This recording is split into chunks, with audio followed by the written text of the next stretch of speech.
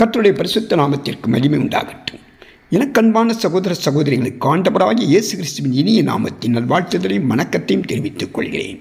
காலைதோறும் கர்த்தருடைய வார்த்தை என்ற தலைப்பில் நாம் வேத வசனங்களை தியானித்து வருகிறோம். இன்றைக்கு தியானத்திற்கு நாம் எடுத்துக்கொண்ட வேத வசனம் மார்க்கு 1:15. காலம் நிறைவேறிற்று, தேவனுடைய ராஜ்யம் சமீபமாயிற்று, மனம் திரும்பி சுவிசேஷத்தை விசுவாசியுங்கள் என்றார். இயேசு கிறிஸ்துவின் பிரசங்க செய்தி தேவனுடைய ராஜ்யத்தின் சுவிசேஷமாகும். மனுஷர்கள் மத்திய தேவனுடைய ராஜ்யத்தை ஸ்தாபிப்பதற்காகவே இயேசு கிறிஸ்து இந்த பூமிக்கு வந்திருக்கிறார். தமது சுவிசேஷத்தை பிரசங்கிப்பதன் மூலம் தமது பிரசங்க வார்த்தைகளை அற்புதங்களினாலும் அடையாளங்களினாலும் உறுதி பண்ணுவதன் மூலம் இயேசு கிறிஸ்து மனுஷர்கள் மத்தியில் தேவனுடைய ராஜ்யத்தை ஸ்தாபிக்கிறார். காலம் நிறைவேறிற்று, தேவனுடைய ராஜ்யம் சமீபமாயிற்று என்பது இயேசு கிறிஸ்து பிரசங்கித்த சத்தியமாகும்.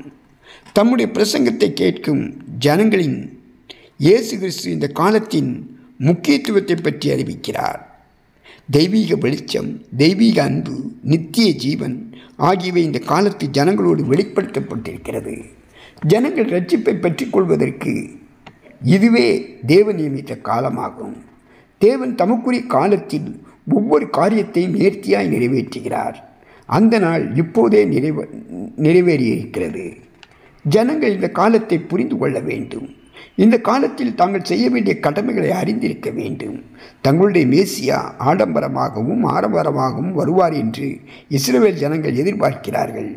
அவர்கள் எதிர்பார்க்கும் தேவனுடைய ராஜ்யம் இப்போது சமீபமாயிருக்கிறது. இது யுத்தத்தின் காலம். வெற்றி பெறுவதற்காக அவர்களும் யுத்தத்திற்கு ஆயத்தப்பட வேண்டிய காலம். தேவனுடைய ராஜ்யம் சமீபமாக இருப்பதினால் ஜனங்கள் மகிழ்ந்திருந்து மனம் திரும்பி சுவிசேஷத்தை விசுவாசிக்க வேண்டும். மனம் திரும்புதலின் மூலமாக தம்முடைய பாவத்திற்காக வருத்தப்பட்டு அந்த பாவத்தை விட்டு விலகி விசுவாசத்தினால் அந்த பாவங்களிலிருந்து மன்னிக்கப்பட்டு தேவனுடைய பாவ மன்னிப்பை பெற்றுக்கொள்கிறோம். மனம் திரும்புதலும் விசுவாசிப்பதும் இணைந்து செயல்பட வேண்டும். இயேசு கிறிஸ்துவின் நீதியையும் கிருபையையும் நாம் விசுவாசிக்காமல் நம்முடைய வாழ்க்கை ரட்சிக்கப்பட வேண்டும் என்று எதிர்பார்க்க முடியாது. அதே வேளையில் நம்முடைய இருதயம், நம்முடைய வாழ்க்கை மாற்றப்படாமல் இயேசு கிறிஸ்து தம்மை ரட்சிப்பார் என்று நாம் எதிர்பார்க்கக்கூடாது. நம்முடைய மனம் திரும்புதலையும் விசுவாசத்தையும் இயேசு கிறிஸ்து இணைத்து வைத்திருக்கிறார். காலத்தின் பரிபூரணத்தை பற்றி பரிசுத்த பவுல் கலாத்தியருக்கு எழுதின நிருபத்தில் 4:4 வரை இவ்வாறாக எழுதியுள்ளார். நாம் புத்திர சுவிகாரத்தை அடையும்படி நியாயப்பிரமாணத்திற்கு கீழ்ப்பட்டவர்களை மீட்டுக்கொள்ளத்தக்கதாக காலம் நிறைவேறின போது ஸ்ரீனிடத்தில் பிறந்தவரும் நியாயப்பிரமாணத்திற்கு கீழானவருமாகிய தம்முடைய குமாரனை தேவன் அனுப்பினார். மேலும் நீங்கள் புத்திரராய் இருக்கிறபடியினாலே அப்பா பிதாவே என்று கூப்பிடத்தக்கதாக தேவன் தமது குமாரனுடைய ஆவியை உங்கள் இருதயங்களில் அனுப்பினார் என்று.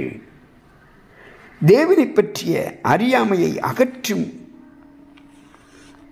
அகற்றும் காலம் வரும் என்று அப்போஸ்தலர் நடபடிகள் 17:30 எழுதப்பட்டுள்ளது.